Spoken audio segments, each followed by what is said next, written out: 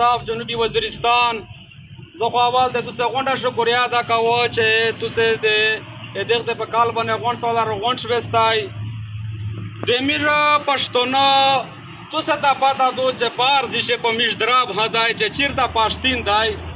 ورته یا ډراون دی ورته یا خودکشتو ورته هر قسم کیسه شته دی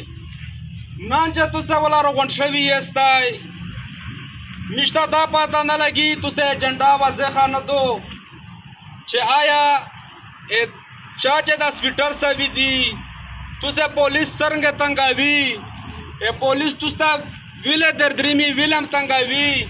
دغشي پر اتشي کا څنګه قانون جوړ دی تاسو قانوني ورغلی استای غیر قانوني ورغلی استای آیا دغشي پالیسی سادو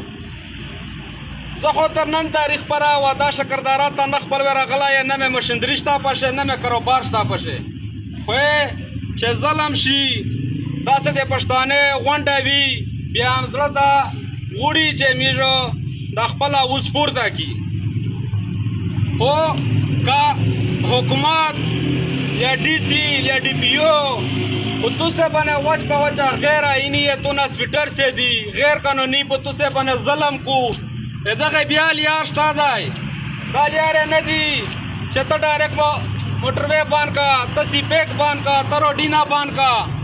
قانون شتا دی دارا ډین قانون لیا نه دی تو را کمشنر شتا د تو سی ایم شتا تو موجوده جاتا ڈی سی شتا اول تو سے یونین جوړ کې یو کمیټه جوړه کېستای په غونډه په مشترکه چې کله دا کمیټه جوړه شي چې څوره هم پښتون نه استای بلکې زه خو یې چې جاټونو وی پشه پنجابیونو وی پشه د شي اسا کېستای اواله د شي کمیټه دا جوړه شي یونین دا جوړ شي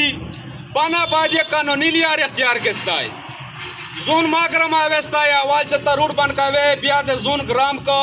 او بیا د نسی بیا د بری بیا د تاړي سپیټرو د سيزي اواله قانوني لار اختیار کا لوټ شا درخواست ورکا چې ایکټ یې ویا چې د شي پر حکیم ایکټ تای څه پالیسی جوړه شوې دو ته ورا په پېښور ش کمشنر نوستای ز بیسیت پریزیډنټ ورا په پېښور ش کا په موسی چار شي آیا کا په شفیع جان شي کا په سی ایم بنم کیږي ورا په پېښور شو ان شاء الله اول مې د کمشنر ریاست سره ملاویږي ځکه چې ورته د سی ایم سره د ډیر نږدې تعلق هدي دغه کمیټه دا خپل یو داسې غا جوړه کو بیان یا چې دغه مجبورې دي آیا میش ګرامي کا دا گورنمنت روبنه ګرام دی نو کا گورنمنت روبنه ګرام وو میش دا یو لیار جوړه کو کا بیا پا بعد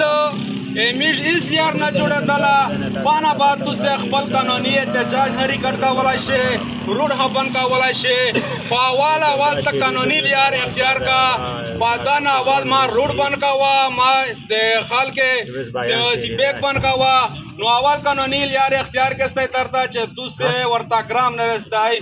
ځکه چې دا پښتونو بار دي چې په دغه باندې پیوانیم په پایاشتا دی نور خبره ډېر نه درته ورته و مهرباني شکریا